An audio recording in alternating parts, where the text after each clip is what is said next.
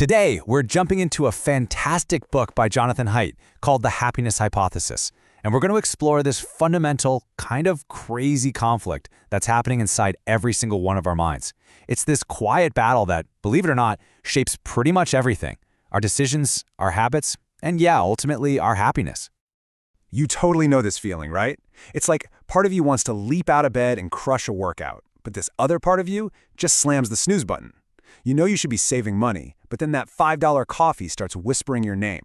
It really feels like there's a debate team in your head, and somehow you're arguing for both sides at once.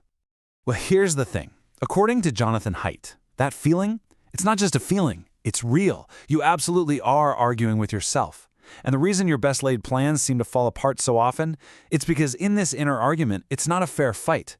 One side is just way, way more powerful than the other. Now, this idea of being divided, it isn't some new age pop psychology thing. For literally thousands of years, philosophers and great thinkers have been looking at this weird conflict inside the human mind. They knew, way back when, that we're not just one single unified thing. I mean, just take a look at the 16th century philosopher Montaigne. He was totally fascinated by the way parts of our own bodies seem to have a mind of their own, completely ignoring what we tell them to do. It's this deep sense that we're not a single self, but more like a collection of different parts, and they all have their own agendas. So to help us make sense of all this, Haidt gives us this amazing metaphor that, I promise, will change how you see yourself forever. I want you to picture your mind as two distinct parts. There's a small rider sitting on top of a giant, powerful elephant. Okay, so here's the breakdown. The rider, that's your conscious, rational mind. It's the planner, the part that analyzes things. It's that little voice in your head that uses language. And it's located in the newest part of our brain, the neocortex. The elephant, well, the elephant is basically everything else. It's your emotions, your gut feelings, your intuitions. It's all those automatic processes that are running 24/7, shaped by millions of years of evolution in the older parts of our brain, like the limbic system. And get this. This division isn't just some clever idea for a book. It's physically real. And the proof is just incredible. Neuroscientist Michael Gazzaniga's work with split-brain patients gave us this shocking window into how it all works. See, they severed the connection between the brain's two hemispheres, so the two sides literally couldn't talk to each other anymore. And what happened next was just mind-blowing. In one experiment, they showed the patient's left brain, the one that controls language, a picture of a chicken claw. At the same time, they showed the right brain a snowy scene. Now, when they asked him to point to related images, his right hand correctly pointed to a chicken, but his left hand pointed to a shovel.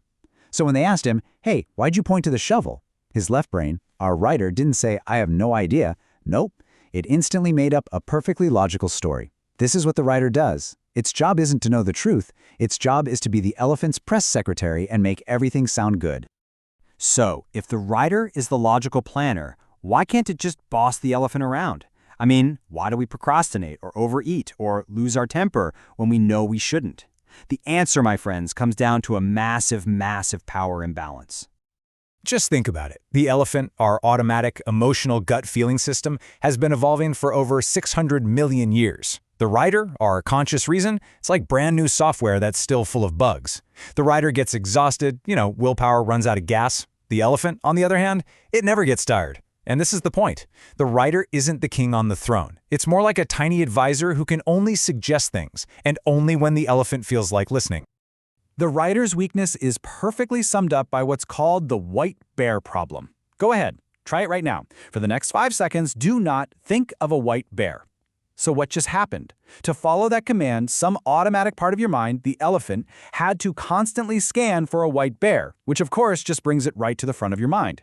This is exactly why trying to use sheer willpower so often backfires. The elephant just doesn't do don't.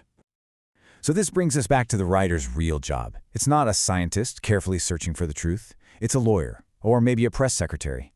Its only goal is to justify whatever the elephant wants to do, or whatever it's already done.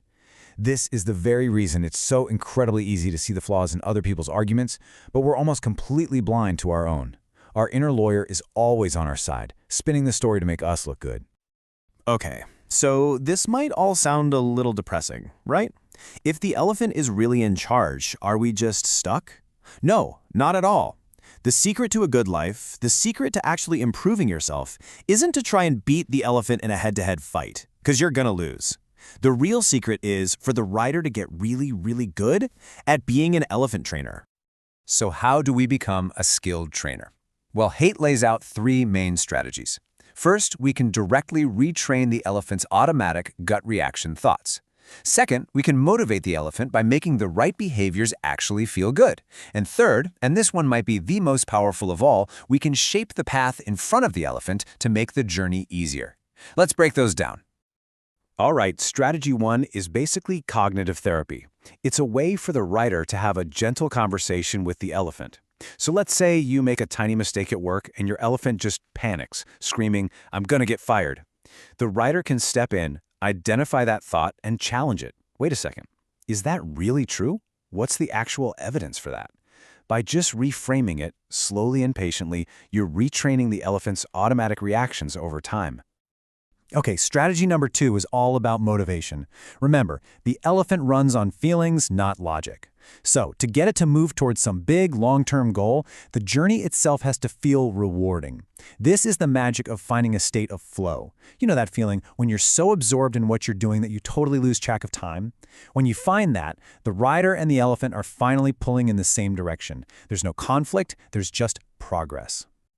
But honestly, the most powerful strategy of all might be to just stop trying to wrestle with the elephant and instead focus on the environment around it. Here's the rule. The elephant will always take the path of least resistance. So, shape the path. If you want to eat healthier, just don't bring junk food in the house. If you want to be on your phone less, leave it in another room. You're making it easy for the elephant to do what the rider wants. You want to know how powerful this is? There was this famous study in a nursing home. For one group of residents, the researchers just gave them some plants for their rooms. But for the other group, they were allowed to choose which plants they wanted and decide for themselves how to take care of them. They even got to pick what movie was shown on movie night. Just that tiny bit of control of shaping their own path led to a 15% lower mortality rate over the next year and a half. That's how much this stuff matters. So, what's the big takeaway here? What's the goal? It's not for the rider to finally defeat the elephant. That's a battle you just can't win, and trying only leads to frustration. Real, genuine happiness, as Haidt argues, comes from getting the two of them to finally work together, in harmony. Haidt has a great name for this ideal state: vital engagement. It's that feeling of purpose that you don't just think in your head, you feel it in your gut. And it doesn't come from just thinking about yourself, it comes from the connection between you and something bigger. Your work, your community, the people you love. It's the ultimate goal, the rider and the elephant, finally on the same path, moving forward together. And that really leaves us with one last thought. Instead of always asking yourself, how can I force myself to be better? Maybe there's a better question. What's one small change you can make to your world right now, today, one little tweak to the path that will make it just a tiny bit easier for your elephant to head in the right direction?